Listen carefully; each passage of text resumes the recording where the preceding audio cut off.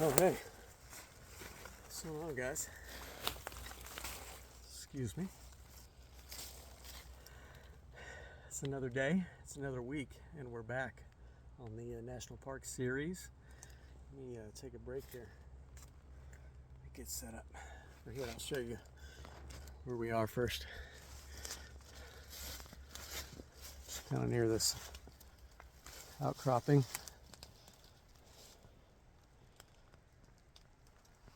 Quite a bit of fog, mist this morning, but we're out here getting it done. I'll put you down here for just a minute. Let's see how straight we can get. Won't be perfect. Anyway, take a water break.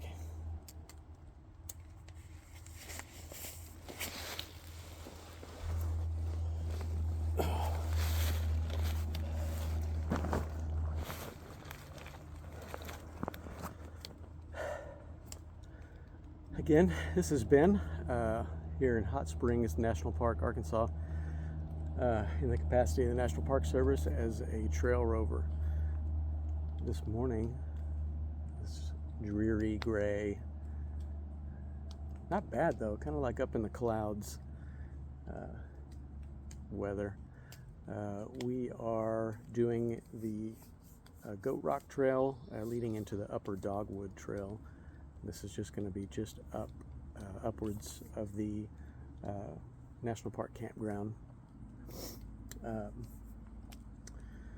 which is always full. I think they need to expand it. Get a lot more guests in here. Already spoken to a few people on the trail today, some people local and some from out of state. Always good to talk to them, see where people are from. Make sure that they know that we're out here, that the Park Service is looking out for them, and we're doing our best to make sure everything's safe and make sure they're having a good time. But give me some water here. But just handing out maps, brochures, things of that nature.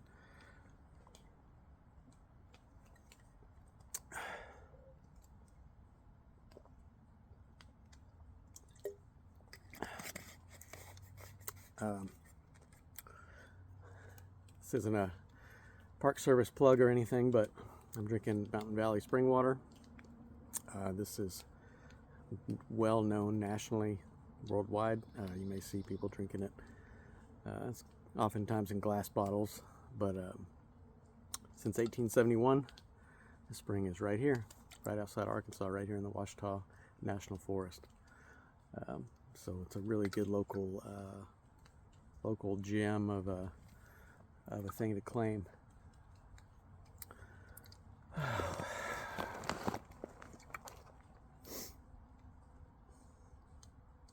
think we're doing about another mile today than we did previously, but about the same temperature out, so I think it'll be a good day.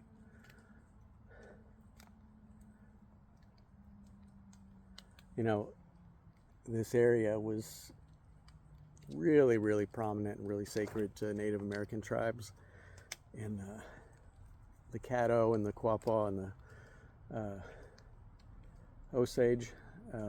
They really came through this area due to the hot springs and the thermal water. But they mined the mountains, the Novaculite and the quartz. There's more quartz and Novaculite here than almost anywhere in the United States. And it's just everywhere. It's on the ground. It's everywhere you look. Let's see if we can get some here.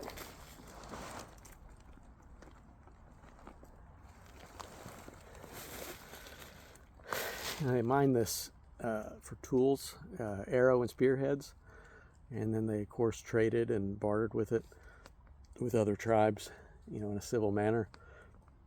But I mean, you see some of these pieces and you can tell that they've been worked. You can tell that they've been chipped. So it's literally living history under your feet everywhere you stop.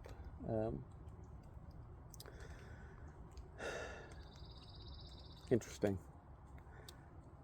Of course, This was prominently mentioned in Hernando de Soto's expedition north. Of course, the Spanish owned the part west of the colonies. We sold it to them. This is pre-Louisiana purchase, but the Spanish sent expeditions north. Of course, they hadn't been, this is before Lewis and Clark, they haven't been west. This is as far west as they had been at that point, coming up from the Gulf Coast area, coming up from Louisiana. But they found this area,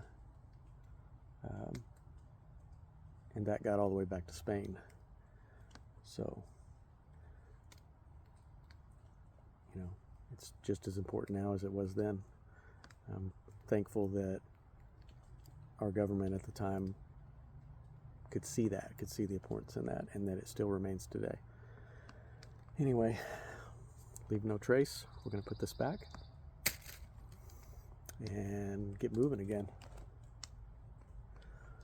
But until next time, this has been Doc on the Trail. Tune in, comment, put a like. If you're around this area, come visit, check it out. But we'll see you on the next one. Take it easy.